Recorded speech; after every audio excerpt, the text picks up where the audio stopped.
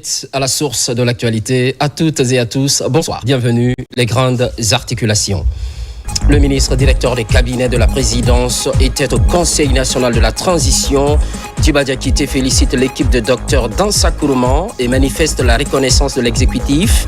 Autre sujet débattu, le projet Simandou et le programme Simandou 2040.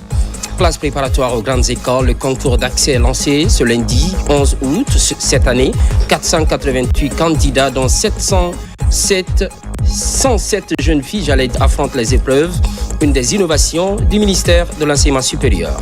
Ouvrage de franchissement. À Bofa, 3 ponts sont réalisés et même inaugurés. Il est essentiellement question de désenclaver la localité qui abrite ces ouvrages afin de faciliter la mobilité des personnes et de leurs biens. C'est tout pour les titres. Une fois de plus, bonsoir. Au Conseil national de la transition, passage du ministre directeur des cabinets de la présidence, Djiba Diakité, exprime la reconnaissance de l'exécutif à l'endroit du CNT dans le processus de refondation de l'État. Par ailleurs, des échanges ont lieu sur le contexte économique de la Guinée et Simandou 2040. Abdoulaye Diallo. C'est une réunion de grande importance qui s'est tenue entre les membres du Conseil national de la transition et le ministre directeur de cabinet de la présidence de la République, également président du comité stratégique de Simandou.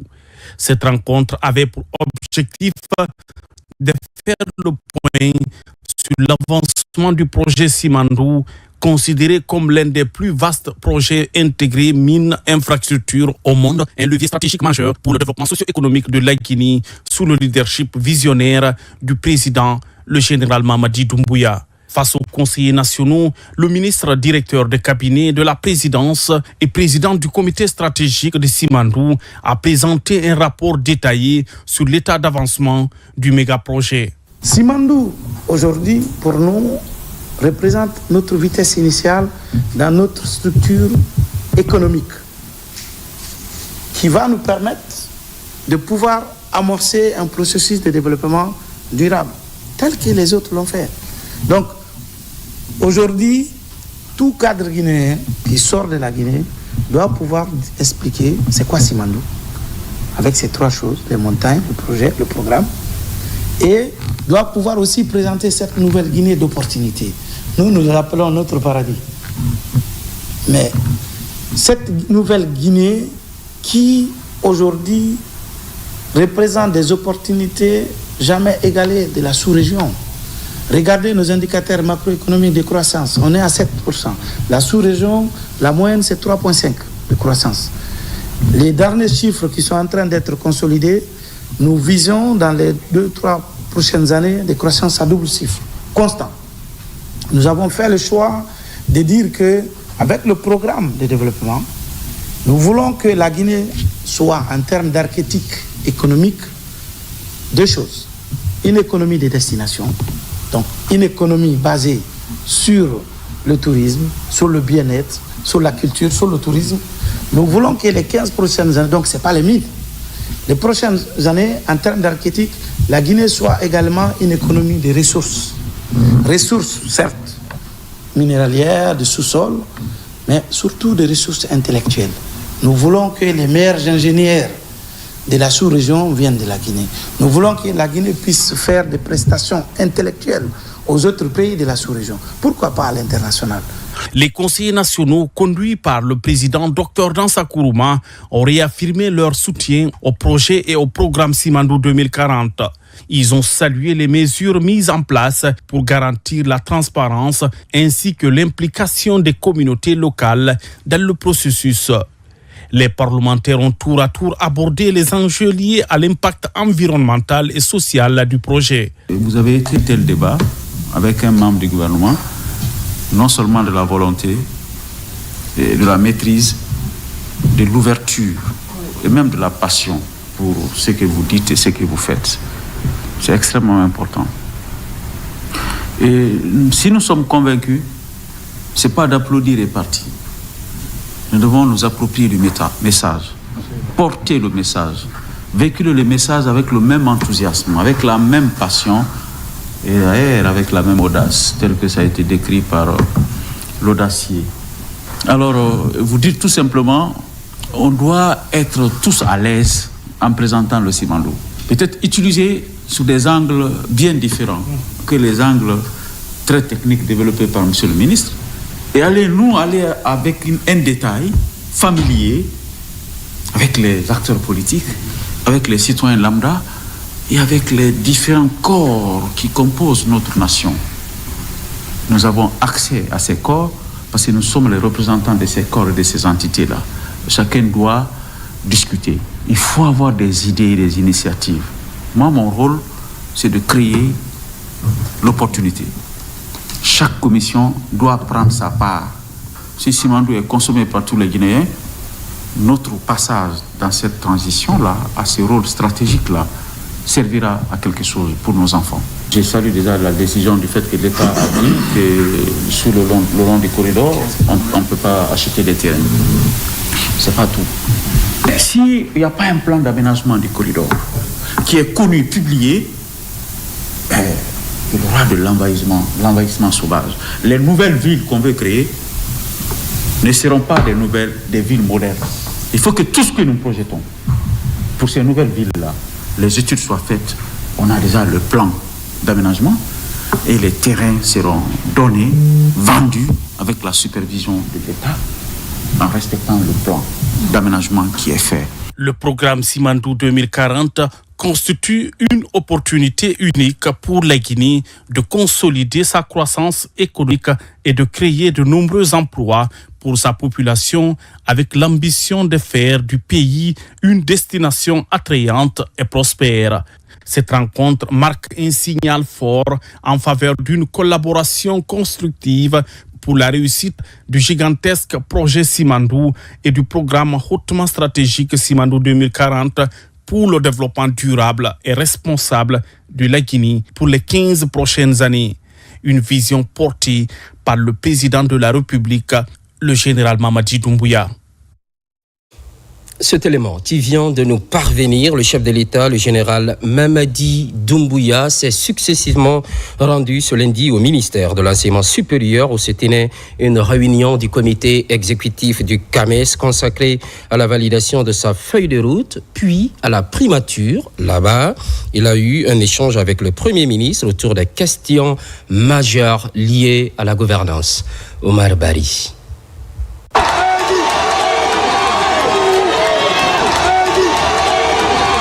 Profitant d'une promenade de santé sous un ciel clément, le président de la République, son Excellence le général Mamadi Doumbouya, a effectué ce lundi 11 août 2025 une visite inopinée au ministère de l'Enseignement supérieur, de la Recherche scientifique et de l'Innovation.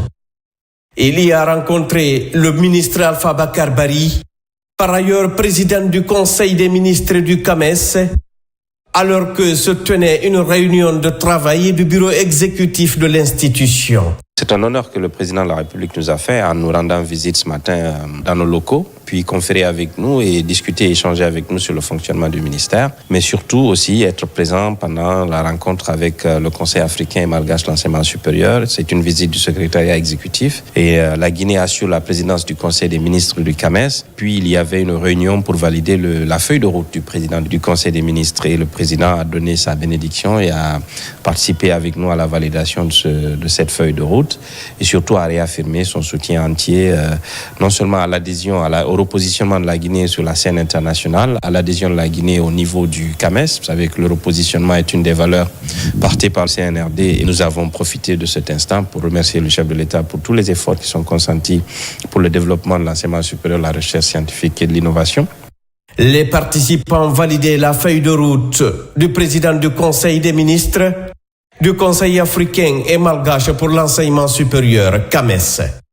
Cette visite illustre l'importance que la Guinée accorde à cet organisme panafricain, acteur clé dans l'harmonisation des systèmes d'enseignement supérieur et de recherche sur le continent. Sous l'impulsion de son Excellence le général Mamadi Doumbouya, l'État guinéen fait de la promotion de l'excellence dans l'éducation, la recherche et l'innovation une priorité, notamment à travers la création d'établissements de référence. Monsieur le ministre a voulu innover, a voulu faire de cette présidence du Conseil des ministres une présidence active, qui apporte quelque chose dans notre institution commune. Et c'est là que Monsieur le ministre a décidé de mettre en place une commission de réflexion sur une feuille de route qui permettrait de définir clairement des objectifs, une méthode et aussi d'identifier les contributions de la présidence de la Guinée à la tête du Conseil des ministres du CAMES pour notre institution. Mais nous avons aussi l'honneur et la chance, et je dirais même la bénédiction, de pouvoir donc voir son Excellence, Monsieur le chef d'État, arriver pour une visite inopinée au ministère. Poursuivant son déplacement, le chef de l'État, son Excellence le général Mamadi Doumbouya, s'est rendu à la primature où il s'est entretenu avec le Premier ministre chef de gouvernement Amadou Riba. Ce dernier a saisi l'occasion pour faire le point sur sa récente mission en Côte d'Ivoire où il avait représenté le président de la République lors des festivités du 7 août, marquant la fête nationale d'indépendance de ce pays frère. Les échanges ont également porté sur la problématique du déplacement de la décharge de Dar es Salaam, un dossier d'importance pour l'assainissement et l'aménagement urbain de Conakry. J'ai fait le résumé, disons, de ma visite en Côte d'Ivoire. À sa demande, je l'ai représenté aux festivités marquant le 65e anniversaire de l'indépendance de ce pays frère. Et j'en ai profité pour visiter ce qui était la décharge d'Akouédo et ce que cet espace qui a été, disons, remodelé est devenu aujourd'hui. Donc notre ambition, c'est de faire la même chose en ce qui concerne la décharge de Dar es Salaam. Et là, le président marque son accord de principe pour que nous aussi, que nous allions vers la transformation pour une ville, une capitale propre, assainie, où il fait bon vivre. Cette sortie du président de la République, son Excellence le général Mamadi Doumbouya, s'est inscrite dans le cadre d'une randonnée pédestre à travers Kaloum, offrant ainsi au chef de l'État l'occasion de communier directement avec les citoyens. Fortement ovationné par la population, son Excellence le général Mamadi Doumbouya a partagé un moment de proximité et de convivialité, fidèle à ses déplacements réguliers dans la commune où se trouve le palais présidentiel. Au-delà de la symbolique, cette double visite au cœur des institutions et ce contact direct avec les citoyens témoignent de la volonté du président de la République d'assurer une gouvernance efficace, de suivre de près les dossiers stratégiques et de rester à l'écoute des attentes du peuple souverain de Guinée.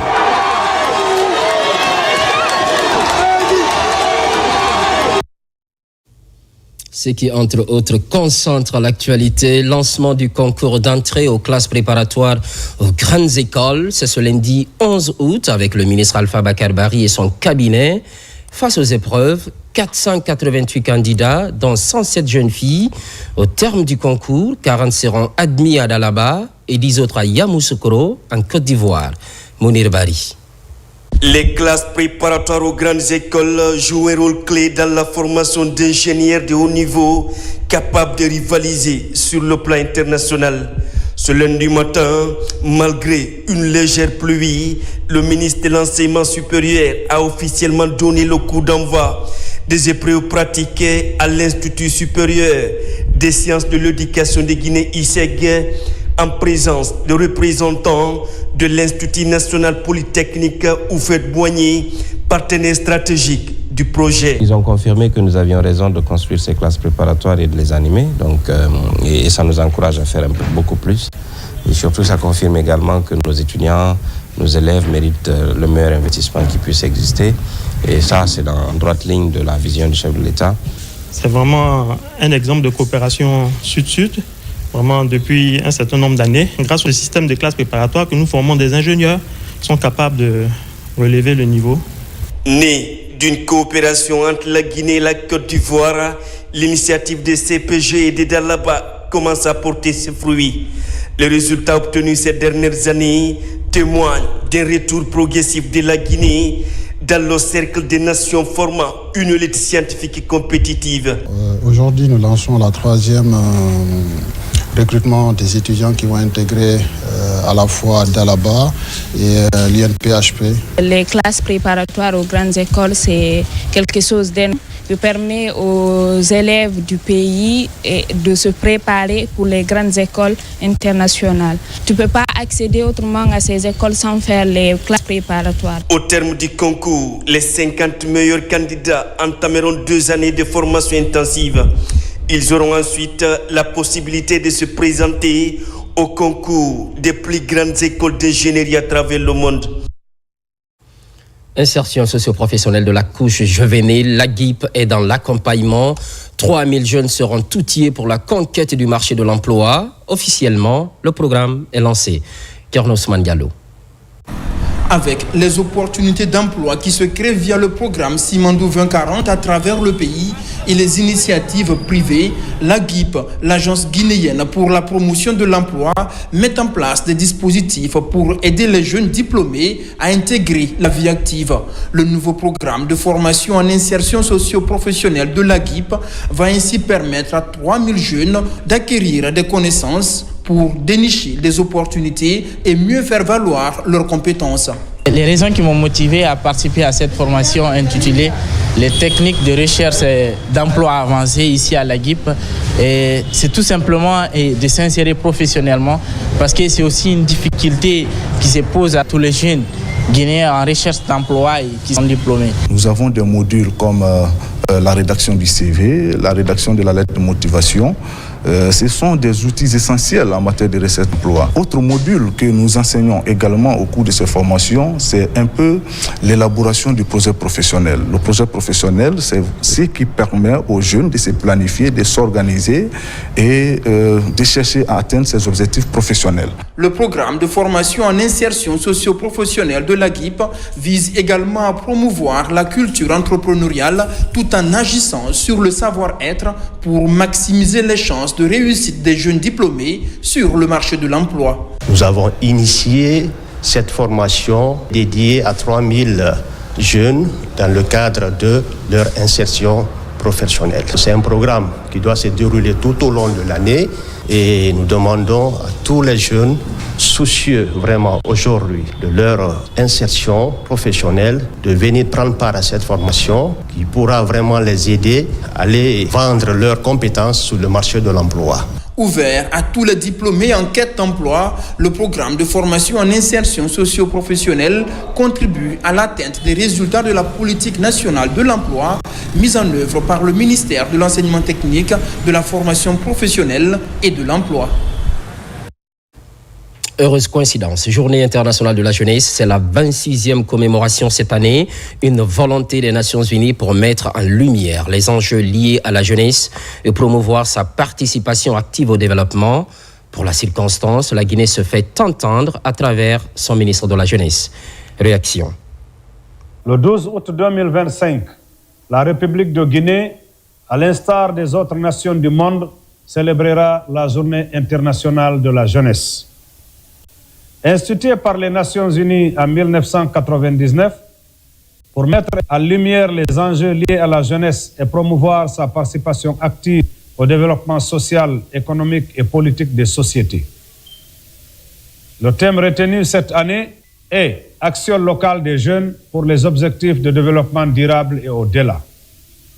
Ce thème souligne l'importance du rôle des jeunes en tant qu'acteurs de terrain, capables de traduire les ambitions globales des objectifs de développement durable en initiatives locales concrètes, porteuses de transformation au sein de leur communauté. Le ministère de la Jeunesse, en accord avec la vision de son Excellence, Monsieur le Président de la République, le général Mamadi Doumbouya, et avec le soutien du Premier ministre chef du gouvernement, Monsieur Amadou Riba, reste pleinement engagé à accompagner et autonomiser cette jeunesse. L'une des illustrations fortes de cet engagement est le programme Simandou 2040, véritable catalyseur de développement qui place les jeunes au cœur d'un programme stratégique national.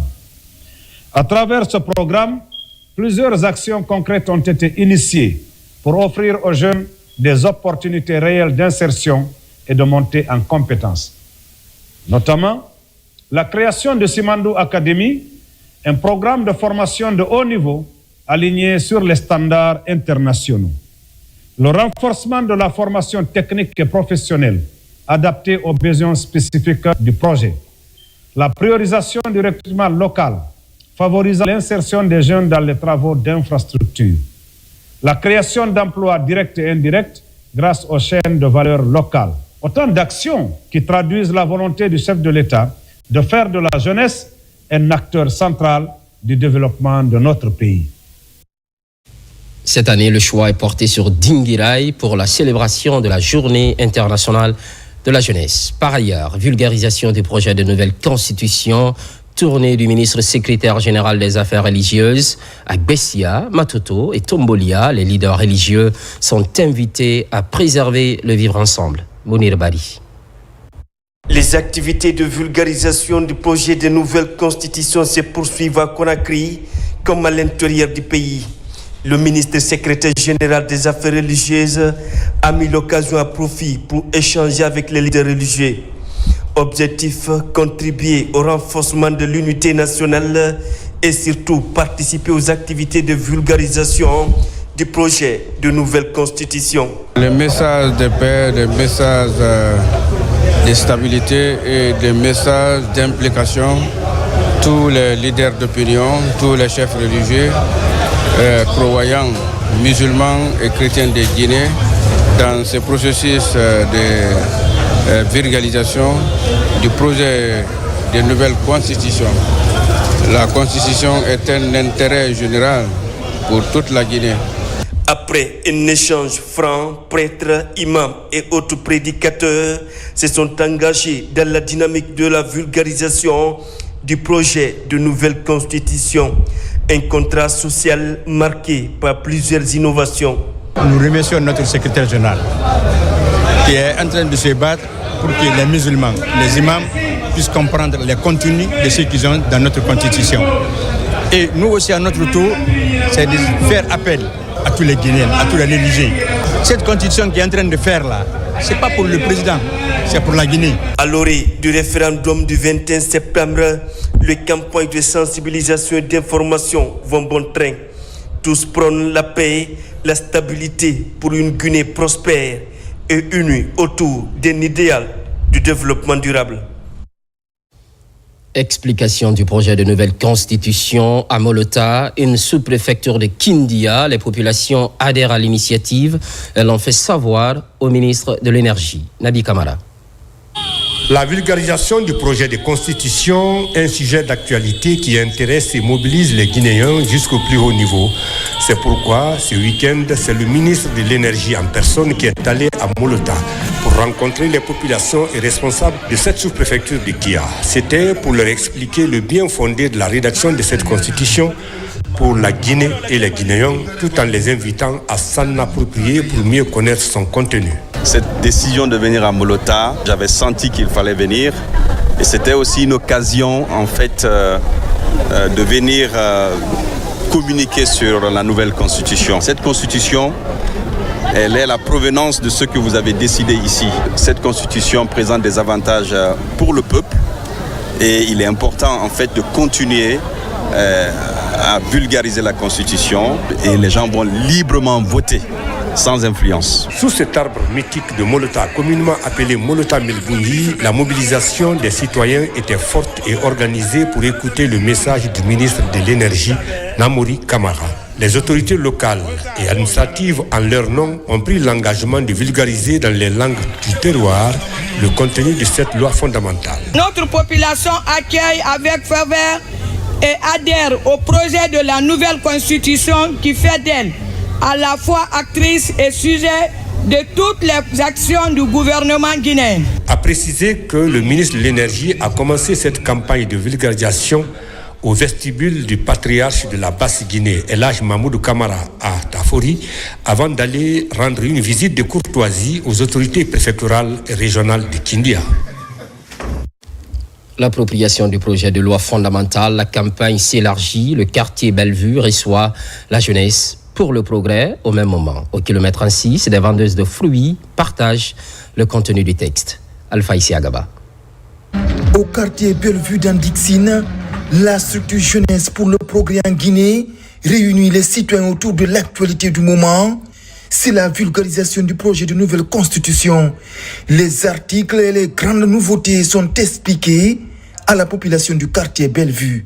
On est venu avec la constitution, on va les outiller, ils vont aller rentrer dans leurs différents quartiers et expliquer. C'est-à-dire, même si c'est 2 articles ou 3 articles, pour que les gens puissent comprendre. Voici un document qui fait de la renaissance en République de Guinée. Voici un document qui va unir les Guinéens. Cette constitution que vous êtes en train de vulgariser, c'est une constitution qui nous ressemble et qui nous rassemble. Du quartier Bellevue, nous voilà à la maison des jeunes de kilomètre 36. Ici aussi, ce sont les femmes vendeuses de fruits et légumes du kilomètre 36 qui ont mobilisé les populations du quartier pour la vulgarisation du projet de nouvelle constitution.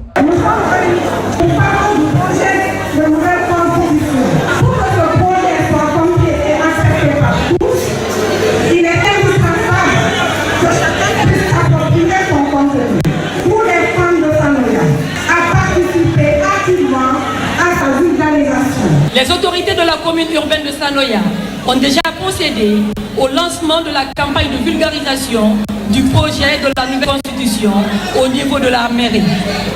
Cette étape-ci s'inscrit dans la stratégie mise en place par les femmes leaders pour expliquer certains articles du projet de la nouvelle constitution. Au quartier Bellevue ou encore au kilomètre 36, les citoyens ont été largement outillés sur le contenu ainsi que les grandes innovations de la future loi fondamentale. La mairie de Cap-Belin était elle aussi le théâtre d'une session de vulgarisation, une sensibilisation assurée par des jeunes et autorités administratives. Moussa Bangoura. Cette pièce de théâtre sur la préservation des droits des citoyens annonce la campagne de vulgarisation du projet de nouvelle constitution ici à Kagbele, une des 13 communes de la capitale Conakry. Il était question pour les initiateurs d'éclairer la lanterne des uns et des autres sur les articles et surtout les nouveautés apportées dans cette loi fondamentale. Nous avons parlé de la priorité qui est accordée à l'éducation, à la santé. Nous avons parlé également de tout ce qui a trait à la promotion du genre et de l'équité. Également, nous avons parlé d'autres articles de gouvernance. Jeunes, femmes, sages et responsables à la base étaient tous mobilisés.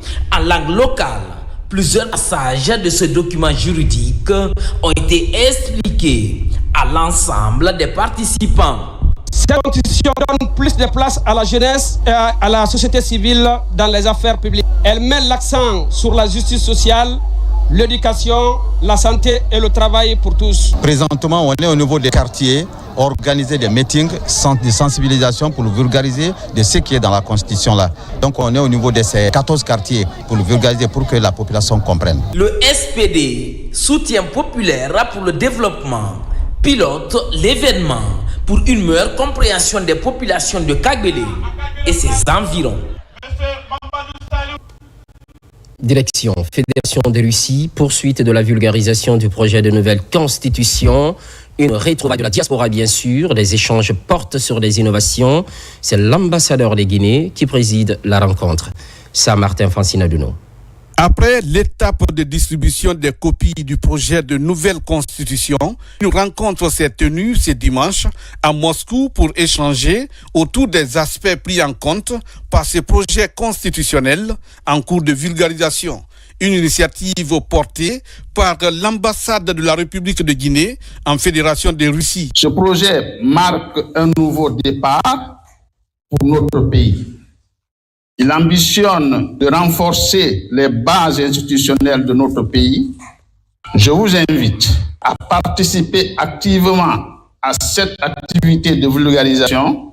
Cela vous permettra de comprendre le projet afin d'orienter votre choix en toute souveraineté le 21 septembre 2025, jour du référendum. Au cours des échanges, l'accent est mis sur les nouveautés du document et les participants ont pu exprimer leurs opinions.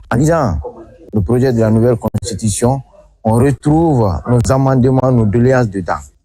Donc, c'est avec fierté que l'on lise le projet de la nouvelle constitution et aussi propager sur nos différentes plateformes. J'avais lu, mais il y avait des passages non compris. C'est pourquoi j'ai posé des questions, des inquiétudes. Et grâce à cette cérémonie, j'ai eu la chance de comprendre ces passages et je remercie l'ambassade. À travers cette rencontre, l'ambassade de Guinée à Moscou réaffirme sa volonté de rapprocher les institutions de leurs citoyens à l'étranger et de faire de la vulgarisation du projet de nouvelle constitution un levier d'unité, d'appropriation nationale et de participation en faveur d'une constitution qui veut s'écrire avec tous les Guinéens où qu'ils soient. À l'étranger toujours, au Royaume-Uni, le projet de texte fondamental se veut plus près des compatriotes avant le référendum de septembre prochain, un défi que se fixe l'ambassadeur Ali Diallo. Le diplomate guinéen explique aux concitoyens le contenu du texte. Safiatou Diallo. De retour de la Guinée où il lui a été officiellement remis le projet de nouvelle constitution par son Excellence Dr Maurice Anda Kouyaté, l'ambassadeur extraordinaire et plénipotentiaire son Excellence Ali Diallo a entamé la vulgarisation du dit projet dans sa juridiction. Première cible, la communauté guinéenne à travers Londres. Après le personnel de la chancellerie et le conseil des Guinéens établi au Royaume-Uni, le vendredi, jour de prière, est choisi pour aller à la mosquée de Baraka Educational and Cultural Center afin de passer son message. Cette constitution permet à tous les citoyens d'accéder à leurs droits d'aller à l'école, leur droit d'accéder aux soins de santé. Autre lieu, même cible, les membres de Mandéuka Islamic Center ont aussi reçu son Excellence l'ambassadeur Ali Diallo avec beaucoup d'enthousiasme. Les échanges sur le projet de nouvelle constitution étaient très fructueux. Dans le cadre de partage des informations sur les innovations de la nouvelle constitution, nous avons procédé à ces échanges-là avec les sages de la communauté qui ont compris effectivement et qui nous ont promis de continuer à vulgariser les innovations de la nouvelle constitution. Il nous a parlé de la gratuité de l'école, ce qui a plu aussi aux femmes, aux enfants, aux Guinéens qui sont là et que franchement cette innovation de la constitution guinéenne, nous avons très bien compris et nous y sommes. L'appropriation effective du contenu du projet de nouvelle constitution par les Guinéens vivant au Royaume-Uni est le but principal de l'ambassadeur Ali Diallo et de son staff qui ont procédé à la remise des copies du projet aux personnes rencontrées. Safiatou Kondé pour ce reportage. Ministère des Finances. Entre le département et les hauts cadres, la performance est non négociable et des engagements sont renouvelés. C'est une série de signatures avec pour finalité l'efficacité et la redevabilité en matière de gouvernance économique. Mamadi Gassama. Après sa confirmation au département de l'économie et des finances, Mourana Souman lance un nouveau défi à ses cadres à travers la signature des contrats de performance. Un engagement qui traduit la vision et la volonté de migrer vers une gestion axée sur les résultats. Nous concrétisons aujourd'hui cette chaîne vertueuse. Ainsi, les contrats de performance que nous signons avec chacun de vous reposent sur un plan d'action opérationnel précis, appelé PAO. Aligné sur la lettre de mission reçue du Premier ministre, les indicateurs, les cibles et délais ont été pris en compte pour traduire les orientations stratégiques en résultats tangibles pour le bien-être de nos concitoyens. Cette signature intervient ainsi comme un pacte scellé dans l'utilisation des fonds publics, l'efficacité dans la relance économique et la redevabilité face aux attentes des populations. C'est donc avec détermination et enthousiasme que nous, cadres du ministère de l'économie et des finances, prenons l'engagement solennel de tout mettre en œuvre pour atteindre et même dépasser les objectifs fixés dans ces contrats. L'engagement, c'est de faire travailler toutes mes équipes à l'atteinte des objectifs qui sont assignés dans ce document. Il y en a plusieurs Et donc, ça régit le fonctionnement normal de l'inspection générale des finances. Cela engage également tous les inspecteurs qui sont sous ma responsabilité. Ces contrats de performance sont désormais perçus comme un guide qui mettra les cadres face à leurs responsabilités de redevabilité et de réédition des comptes. Évaluation environnementale, une équipe du département en mission au port de Moribaya. Objectif, évaluer les impacts des activités minières sur l'écosystème. Par la suite, amener ces entreprises à se conformer aux normes environnementales. Ousmane Ba. Le port de Moribaya, une infrastructure en cours de réalisation sur une superficie de 344 hectares dans le cadre du programme Simandou. Une équipe de techniciens du ministère de l'Environnement et du Développement durable à travers l'AGE est sur le site. Objectif, vérifier les conformités environnementales et sociales selon les engagements des sociétés Winning Consortium Simandou et Simfer Infraco. Sur place, les cadres font le tour dans les différents compartiments pour le constat. Les aspects de biodiversité, de gestion de déchets, de contrôle de l'érosion et de la sédimentation et aussi les aspects sociaux ont été passés au pain fin pendant cette mission. Donc les constats sont qu'il y a des situations où nous sommes très réconfortés par rapport à ce qui est fait par les partenaires industriels. Et il y a d'autres cas aussi où nous avons constaté des anomalies où l'inefficacité des mesures est mise en vigueur. Donc il y a du travail à faire à ce niveau pour faire des corrections. Dans ce processus, en plus du respect des normes environnementales et sociales, les sociétés doivent tenir compte de certaines préoccupations des communautés locales. Il y a des sociétés sous-traitants qui sont là, leurs décès, ils ne sont pas maîtrisés. Il y a une base de vie qui est à côté de moi, avec l'eau sale, là, tout ça là, ça verse dans notre rivière. Les techniciens invitent les sociétés à fournir des efforts pour mieux réduire les impacts sur l'écosystème. Quant à eux, ils promettent de faire des suivis rapprochés pour l'atteinte des objectifs escomptés. C'est l'un des titres de cette édition, inauguration des infrastructures à Bofa. Il s'agit de 3 ponts réalisés par SD Mining. Vous allez les voir tout de suite. Et c'est pour désenclaver les localités environnantes afin de faciliter la mobilité des personnes et de leurs biens. Aboubakar Junior Kamara.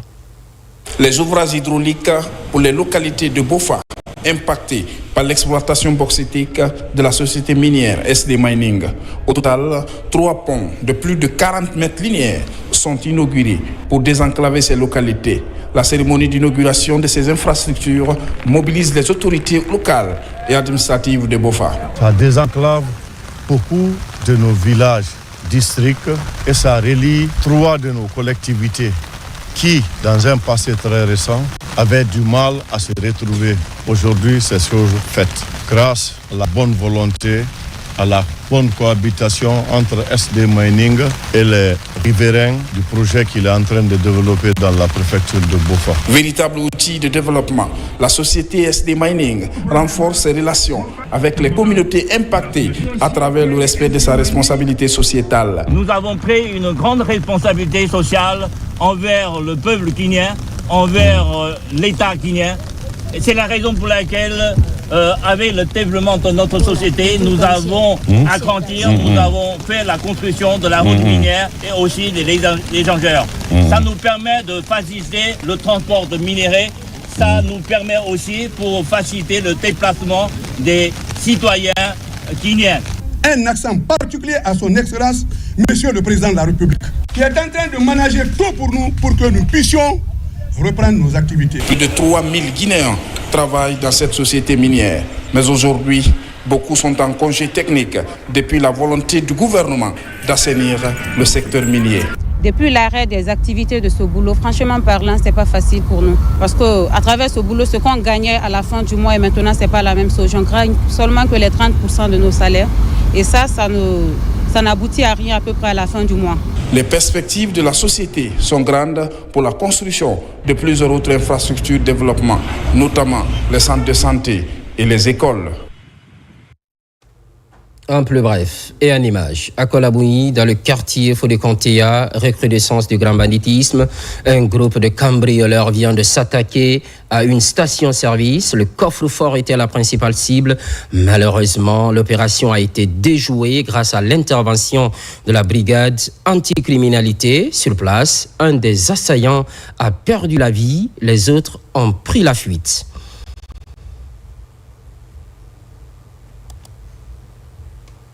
Et pour finir, culture, la Guinée est sur le toit de l'Afrique, une étape marquée par le sacre de Youssouf Baldé au prestigieux concours à travers l'émission de télé-réalité Nouvelle Reine. À 24 ans, Youyou honore le pays. De retour d'Abidjan ce lundi, elle est accueillie après cette belle aventure. Devinez déjà l'adrénaline. Marie-Angélique Bangoura pour en savoir davantage. Déjà première dauphine de Miss Guinée 2024, Youyou vient de franchir un nouveau cap en s'imposant sur la scène continentale. Élégante et déterminée, elle a marqué l'émission de télé-réalité Nouvelle Reine, captivant jury et public. Sa victoire fait briller la Guinée parmi les plus belles d'Afrique. Je suis en Guinée, pas en tant que première dauphine Miss Guinée, pas en tant que Youssouf Baldé, mais en tant que Nouvelle Reine Afrique 2025. C'est une très grosse fierté parce que pas seulement personnellement, mais pour toute la Guinée, pour toute l'Afrique. En tant que Nouvelle Reine Afrique 2025, j'ai l'infime conviction que je pourrais inspirer plus de jeunes filles à croire en elles, à montrer qu'il n'y a pas d'obstacle. Quand on veut, on peut. Et surtout, à toute cette jeunesse pétrie de talent, n'abandonnez pas. Nous sommes la future génération qui est prête à tout briser. À ses côtés, un soutien sans faille, Sheba Queen. Éliminée plus tôt dans la compétition, elle est restée un pilier pour Youyou. Leur complicité est restée intacte. Sheba confie que Nouvelle Reine a aussi été un tournant pour elle, ouvrant de nouvelles perspectives pour sa carrière. Tu peux être dans la vie sans connaître réellement qui tu es. Il te faut participer à certains trucs pour savoir réellement qui tu es. Et là, grâce à la Nouvelle Reine, je sais aujourd'hui qui je suis et je sais je peux devenir une grande artiste. Je l'ai vu et je le sais maintenant là. Si tu ne connais pas Youyou, il faut demander. Elle est belle, elle est gentille, elle est... Reçue avec fierté par le ministre de la Culture, Moïse Silla, Youyou a été célébrée comme une ambassadrice du talent guinéen. Il fallait que j'effectue ce déplacement ici à l'aéroport pour accueillir nos deux reines. Youyou, la reine d'Afrique, et bien au-delà parce qu'elle a fait vibrer non seulement tout le continent, elle a fait vibrer également tous ceux qui suivent Canal. La reine d'Afrique donc qui a aussi compétit dans la même compétition qu'avec Sheba Queen. Sheba Queen qui est une artiste au talent multiple, elle est pétrie de talent. Elle a aussi fait montre de vigueur, de détermination. Nous sommes ici au nom du gouvernement pour leur dire félicitations, bravo, et qu'elles représentent aujourd'hui, elles font la fierté de la Guinée. Elles ont vaillamment représenté le rouge, jaune, vert. Sous les projecteurs, Youyou porte désormais la couronne avec la mission de représenter toute l'Afrique. Cette aventure unique a révélé des talents venus de tous les continents. Youyou, de son vrai nom Youssouf Baldé, incarne aujourd'hui la résilience et l'empowerment féminin. Elle inspire déjà toute une génération en Guinée et au-delà. L'actualité évolue en Guinée, pays de Rennes, et c'est confirmé, notre paradis, terre de richesse et d'innovation. Les programmes se poursuivent, constante fidélité. À toutes et à tous, à très vite.